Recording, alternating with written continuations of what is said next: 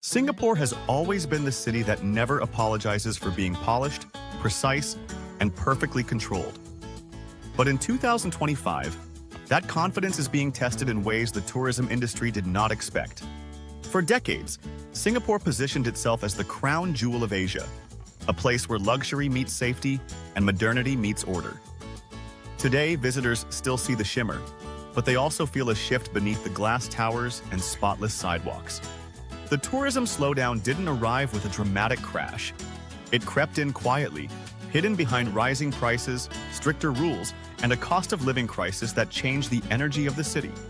Western travelers who once praised Singapore's convenience now describe it as too expensive for what you get. And in the world of travel, that single phrase is enough to change global behavior. The truth is simple. Singapore didn't become less impressive. The world became more price-sensitive.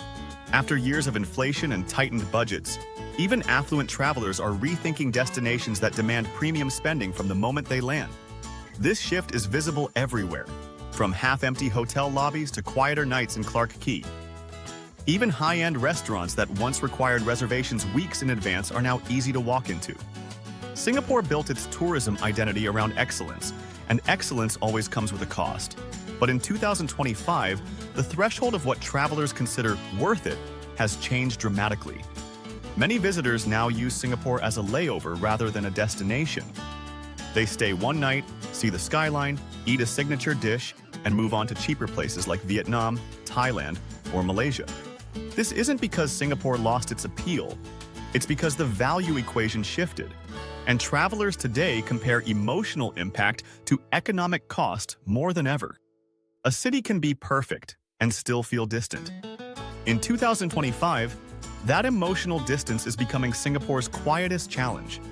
Tourists describe the city as beautiful but transactional. Everything works flawlessly, yet the feeling of human warmth can feel harder to access compared to other Southeast Asian destinations. This emotional gap matters because modern travelers crave authenticity. They're drawn toward imperfection, spontaneity, and cultural immersion, qualities Singapore has carefully polished out of its brand. The result is a destination that feels safe and spectacular, yet strangely predictable. And predictability rarely creates the sense of wonder travelers seek today. Even Singapore's biggest icons, Marina Bay Sands, Gardens by the Bay, Sentosa, remain impressive, but their impact softens when travelers calculate the cost of every moment. A night at a top hotel can cost as much as an entire week in Vietnam. A simple meal can cost more than a full day in Thailand. And these comparisons shape the decisions of millions of travelers. Singapore's tourism agencies can feel the pressure building. Marketing budgets increased, promotions expanded, and yet the emotional pull isn't as strong as it once was. The city's strict laws also influence visitor psychology. Tourists appreciate safety, but the constant awareness of rules creates a subtle barrier between visiting and relaxing. In a world where people want freedom, Singapore sometimes feels like a beautifully designed box. Everything is perfect, but everything has a boundary. At the same time, regional competition is intensifying. Kuala Lumpur is cheaper, Bangkok is livelier, Ho Chi Minh City is more vibrant, and Bali offers deeper cultural immersion. Travelers who once paid a premium for Singapore's quality now question whether that premium still holds emotional value. The city delivers excellence, but excellence alone is no longer enough in the modern travel landscape. The slowdown reveals something else as well. Singapore grew accustomed to demand. Tourism, success felt guaranteed, and in that comfort, the city didn't adapt fast enough to changing traveler preferences. In 2025, visitors want meaning, story, and soul. Qualities that require time, connection, and cultural openness. Singapore has these qualities, but they're often overshadowed by modernity, efficiency, and economic scale. Neighborhoods like Kampong Glam, Tiong Bahru, and Joo Chiat still carry incredible charm. Yet many tourists never experience these areas deeply enough to feel the emotional warmth they offer. The tourism slowdown is also tied to the city's rapid internal changes. Rising living costs pushed local culture inward, making it harder for visitors to access genuine human energy. As locals work longer hours and navigate higher expenses, the city's emotional atmosphere becomes more focused on survival than hospitality. Travelers notice this shift instantly. Singapore's polished exterior remains unchanged, but the emotional current beneath it has grown quieter. And that quietness affects tourism more than most people realize. Visitors arriving now describe a city that feels impressive but tense, safe but restrained, beautiful but emotionally distant. This emotional distance is not a flaw. It's a side effect of a society built on stability and ambition.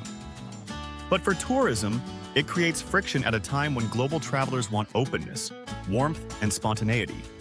Singapore's challenge is not to become cheaper or more chaotic. Its challenge is to reconnect travelers with the human side of the city that technology and development have overshadowed. The slowdown is not a collapse. It's a recalibration. A moment where Singapore must decide whether to innovate or rely on its old identity. Because behind every polished skyline is a deeper story waiting to be rediscovered. And in 2025, travelers want that story more than they want perfection. Singapore has the opportunity to reveal a new version of itself. One that still shines, but also breathes. One that still impresses, but also connects. Whether the city embraces that shift will determine how its tourism future unfolds. The slowdown is the wake-up call. The transformation is still ahead. Singapore's reputation as Asia's most expensive city is now influencing every aspect of its tourism appeal. For some travelers, high prices signal premium quality. For others, they create an emotional barrier before the trip even begins. When cost shadows curiosity, a traveler's excitement diminishes long before they step off the plane. And in 2025, this psychological shift is reshaping the way people move through Singapore. Many Western travelers now spend less time in the city than ever before. They land, explore the highlights, and relocate quickly to destinations where their money stretches further and the emotional payoff feels stronger. This trend creates a new kind of emptiness, not a physical emptiness like in Bali or Thailand, but an emotional one. Singapore remains full, but the energy of long-stay travelers has faded. Long stays bring depth, stories, and meaningful experiences. Short stays bring photos and practicality. And Singapore is receiving more practicality than passion in 2025. The decline is also affecting luxury tourism.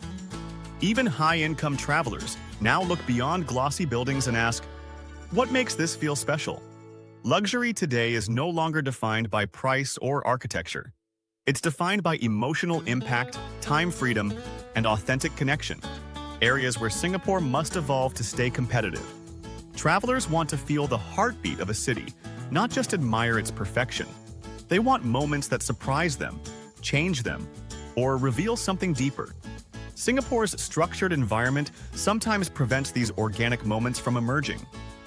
And when travel feels curated instead of discovered, the emotional bond weakens. The city knows this and has begun promoting cultural districts more aggressively. But marketing alone can't create emotional resonance. It must be felt naturally, not manufactured. The contrast between old Singapore and new Singapore is also becoming sharper. The modern skyline represents global ambition, while the quieter neighborhoods hold the soul of the city. Visitors who venture beyond Marina Bay often discover a Singapore filled with charm, creativity, and human warmth. But the majority still stay within the polished core that feels more corporate than cultural. This creates an incomplete version of Singapore in the minds of travelers. They see the beauty but miss the humanity, and tourism cannot thrive on beauty alone. The slowdown also highlights the country's vulnerability. Singapore's small size and dependence on tourism make every shift in global travel behavior feel amplified. When demand softens even slightly, hotels, restaurants, and attractions feel the impact immediately. A few fewer flights, a few fewer business conferences, and the ripple spreads through the entire city. Locals sense the tension too. As prices rise, life becomes more intense, and this emotional pressure subtly influences interactions with visitors. Travelers don't need anyone to say a word. They feel the atmosphere, the pace, the weight of expectation. And the emotional tone of a city is just as important as the visuals. Singapore must now decide how it wants to be experienced in the next era of global travel. Will it remain a symbol of perfection, or evolve into a destination that blends excellence with human warmth? The future lies in balance, not reinvention. Singapore doesn't need to become cheaper. It needs to become emotionally richer. Travelers want depth, culture, soul, and connection. All things Singapore already has beneath its modern surface. The challenge is revealing them more openly, more gently, and more meaningfully. If the city manages to highlight its cultural roots, its vibrant communities, and its human stories, it can redefine itself once again. It can shift from being a place travelers admire to a place they remember. In 2025, the tourism slowdown is not a failure. It's an opportunity to rediscover the human side of a destination built on ambition. Singapore's transformation begins with acknowledging that perfection is impressive, but connection is unforgettable. And travelers return not to the places that dazzle them, but to the places that move them. The world still admires Singapore, but for tourism to thrive again, admiration must evolve into emotion. When Singapore finds that emotional connection once more, it will not just recover, it will rise stronger than ever. Because beneath the rules, the architecture, and the polished systems lies a city full of soul waiting to be experienced. And when that soul becomes visible again, the world will fall in love with Singapore in a way it never has before.